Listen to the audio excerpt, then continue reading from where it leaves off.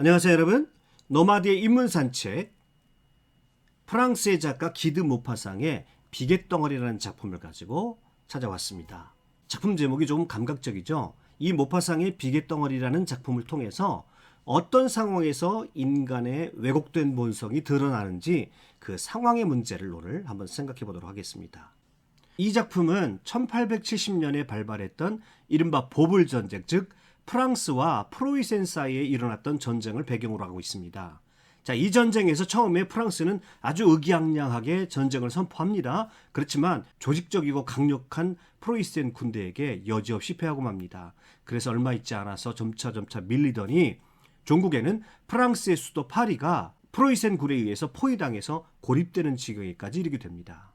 그래서 프랑스 북부 루앙시가 프로이센군에게 점령당하는 것이 이 소설의 주요 배경이 됩니다. 그렇게 점령당한 이 도시에서 일부 부유한 사람들이 점령군인 독일군, 즉 프로이센 장교들과 은밀한 거래를 합니다.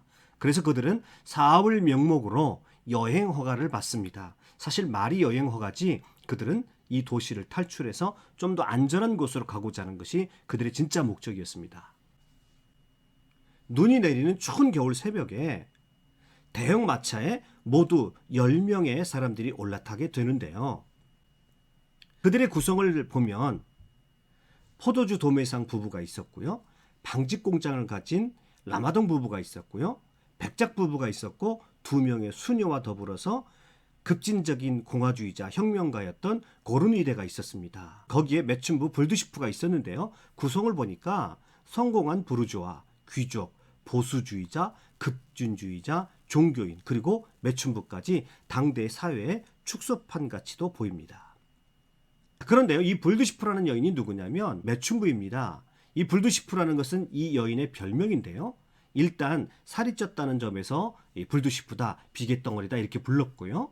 그렇지만 그럼에도 불구하고 그녀의 윤나고 탄력 있는 피부하고 예쁜 눈과 얼굴이 있어서 많은 남자들의 욕망을 불러일으킬 만큼 매춘부로서 그렇게 큰 인기를 누리고 있었던 여인이었습니다. 그러나 이 마차 안에서 그녀는 동승한 여인들의 혐오의 눈길을 받아야 했습니다. 같은 공간에 있다는 것조차도 불쾌하게 취급을 받았습니다. 그런데 이렇게 눈의 가시처럼 취급을 받았던 이 상황 속에서 분위기가 반전하는 상황이 발생을 합니다. 추운 겨울날 짙은 안개와 눈발 때문에 예정된 시간 안에 중간 기착지에 도착하지 못하게 됩니다. 이른 새벽에 출발한 마차가 오후 3시가 되도록 눈 속에서 씨름하느라고 하루 종일 아무것도 이들은 먹지 못했습니다. 그런데 움츠리고 있던 이 불두 셰프가 발 아래서 음식 바구니를 꺼내 올렸습니다.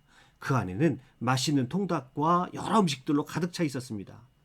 그리고 누구라 할 것도 없이 조금 전까지 그렇게 혐오의 눈길을 보내던 사람들이 불두시프의 선견지명을 칭찬하면서 같이 음식을 나눕니다. 그리고 그녀에게 보냈던 혐오의 눈길을 거두고 동승자로서 호의까지 보이기도 합니다. 그래서 그들이 무사히 중간 기착지인 토티에 도착합니다. 장장 13시간 이상을 눈 속에서 고생하다가 이곳에 도착을 했습니다. 그런데 그곳에서도 이미 독일군이 들어와 있었습니다. 자, 사령관이 서명한 여행 허가증을 보여줍니다. 그리고 무사히 한 여관에 들어갈 수가 있었습니다. 그런데요, 한숨을 돌리며 그들이 식사를 하려고 하는데 엘리자베스 루세시라고 누구를 부르는 소리가 들립니다.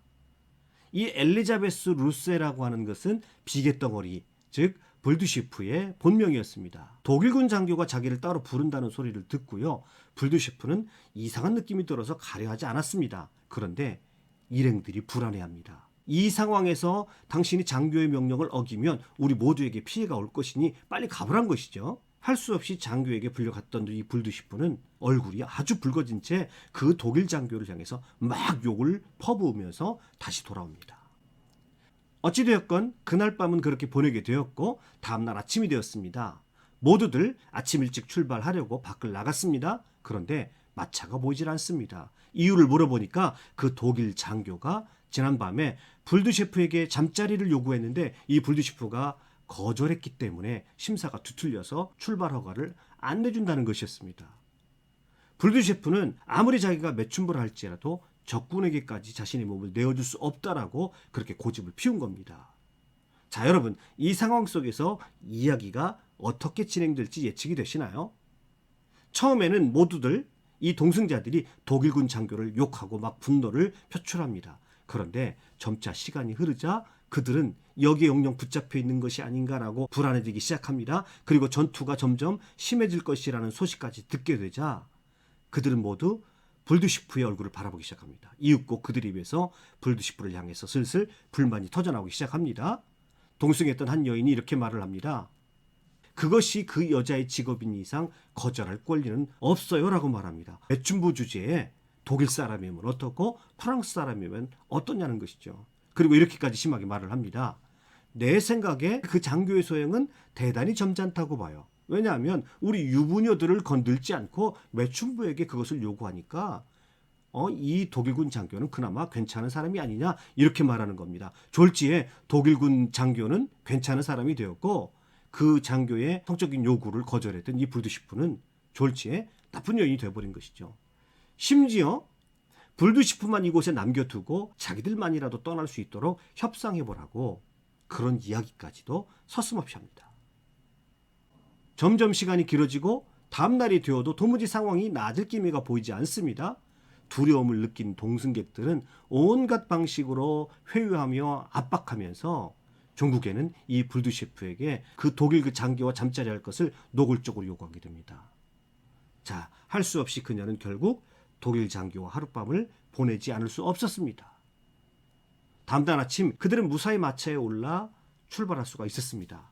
그러나 그 누구도 불두시프에게 감사를 표하는 사람은 없었습니다. 오히려 그들은 더욱더 깊어진 경멸의 눈빛을 그녀에게 보낼 뿐이었습니다. 그리고 숙소에서 준비해온 음식을 나누어 먹으면서도 그들은 아무도 이 불두시프에게 권하지 않습니다. 마차의 구석에 앉아서 수치감과 배신감, 분노를 누를 길이 없어서 가는 내내 불두시프는 울음을 멈출 수가 없었습니다. 인간의 본성이 언제 드러나나요? 이상하게 인간은 집단을 이룰 때 숨겨졌던 그 추악한 본성을 드러내는 경향이 강합니다.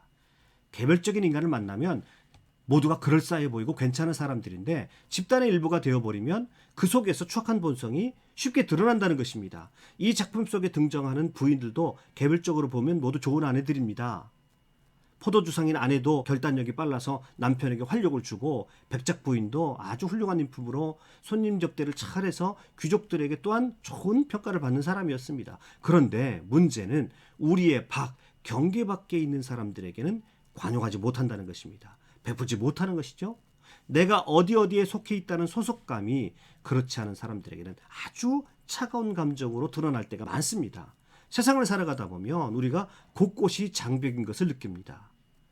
자신들만의 무리 또 우리들만의 리그들을 만들고 그 속에서 모여있기 때문에 그렇습니다. 그래서 우리는 개인적인 나와 집단 속의 나가 다를 수 있다는 것을 자각을 해야 할 것 같습니다.